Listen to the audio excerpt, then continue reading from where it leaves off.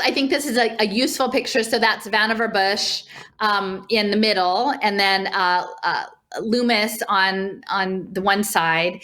And I think it's really important to understand that Vannevar Bush, he actually founded Raytheon in 1922.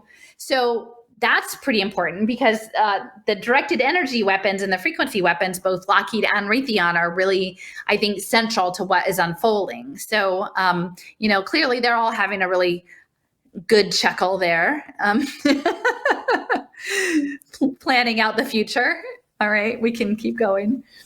And so this is a link that I would encourage people to actually look at, because I was pretty fascinated when I found it. It's actually out of the FDR library, and it was a speech, I think, or a letter from Alexander Sachs, who was a chief economist for the Lehman Brothers, and he actually got the Manhattan Project started by delivering a letter between Alfred Einstein and Leo Szilard, his pupil, mentee, protege, that said, like, no, we really need to get this nuclear program going. And so he actually wrote this speech in 1967 on the 25th anniversary of the first nuclear chain reaction that happened underneath the University of Chicago.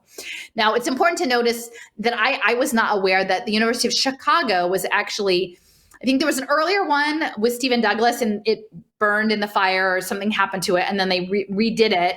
And the money to redo it was largely, the biggest core gift was from the Rockefellers. And that J.D. Rockefeller was staunchly Baptist. Okay, so I think there's some maybe conflating with the Rothschilds, but Rockefeller's mother was very Baptist. His father was sort of a ne'er-do-well, and the mother was very, very strict. So Rockefeller was integral in the Baptist education scene. His financial advisor, Frederick Gates, was all about backing Baptist universities. So University of Chicago actually started as a Baptist school with the backing of Rockefeller. And so it's interesting that the history of the Manhattan Project, there was a lot of the metallurgical aspect that was happening at the University of Chicago, and the first chain reaction was actually, I think, under an athletic field at the University of Chicago.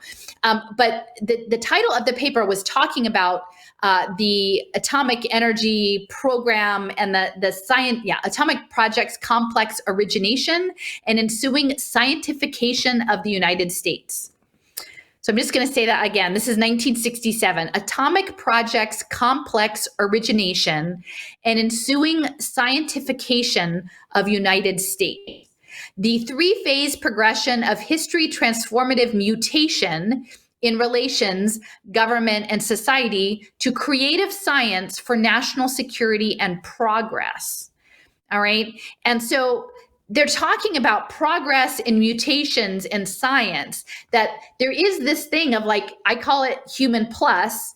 And I'm using that term because I think the transhumanism word that gets thrown around a lot also often gets conflated with the trans movement, which I think obscures and complicates things in an unnecessary way. And I do think that human plus is like human augmentation, human beyond, like human mutation, like human engineered mutation of some kind or another, right? And it may not be like a cyborg, that if you use that word, people think you've got a robot arm or something, like some machine eyeball.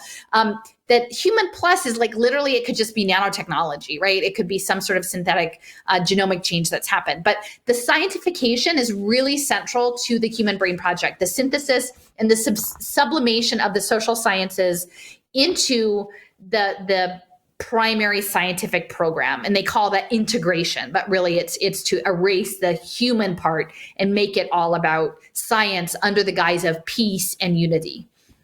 Yeah, I mean, in some ways, like our phones are kind of, early stage human plus, Yeah. It's like, it's the extension of, yeah.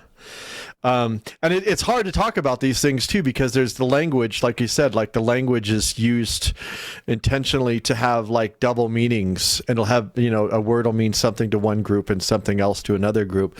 So how do you have a communication when there's not this common understanding? So I've the human plus transhumanism, I've had a hard time, like, okay, what's the best language to actually get people to understand what you're talking about?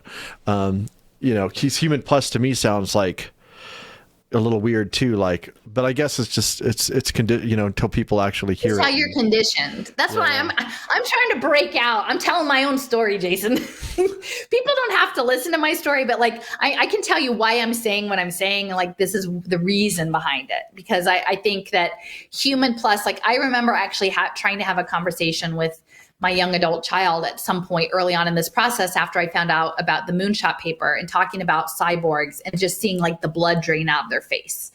And it's overwhelming. And I'm like we probably are in some respect already human plus, given the nanoparticulates and everything else. So I'm not saying that it's a death sentence or it's somehow like you've got like, the mark of the beast or something like that. It's not that. It's just, it's a process and we have to be aware of it. So for me, that's why I'm using that term.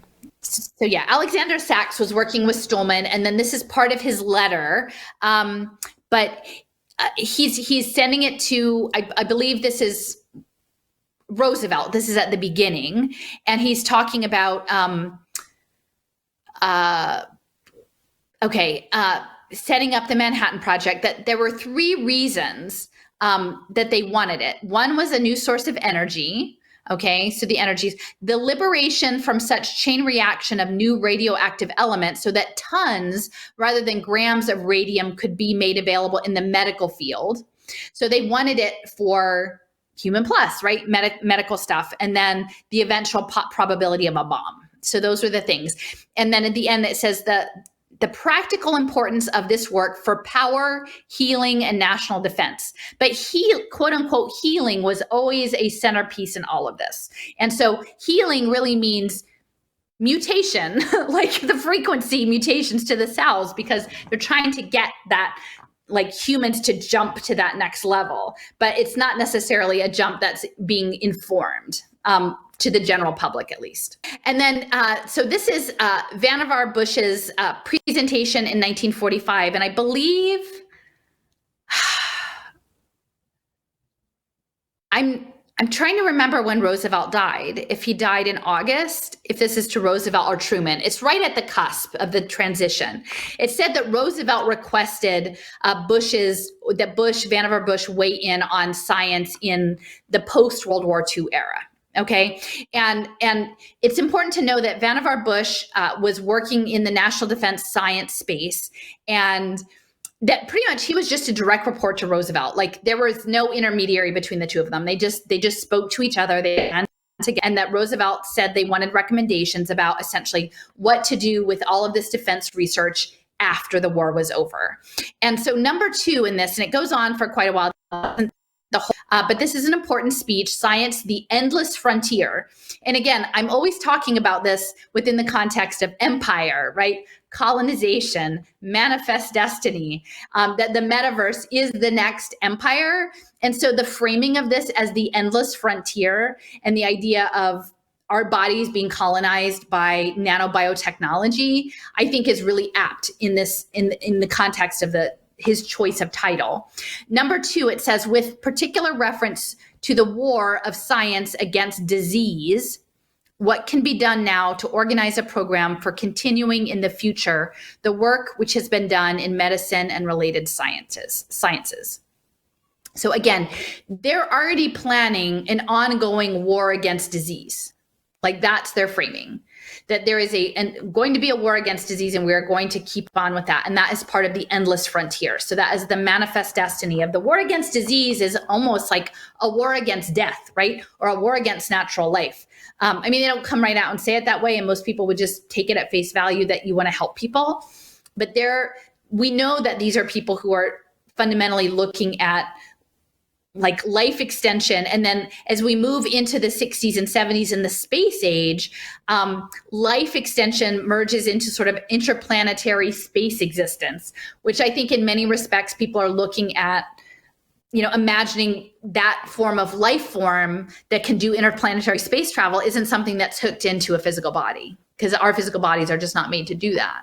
And so, like, how can they transform our life and our beingness into a model that would be space compatible? And whether that's like putting our brain in robots that are in space or turning us into some sort of bioelectrical signal in space, that's where things are going later.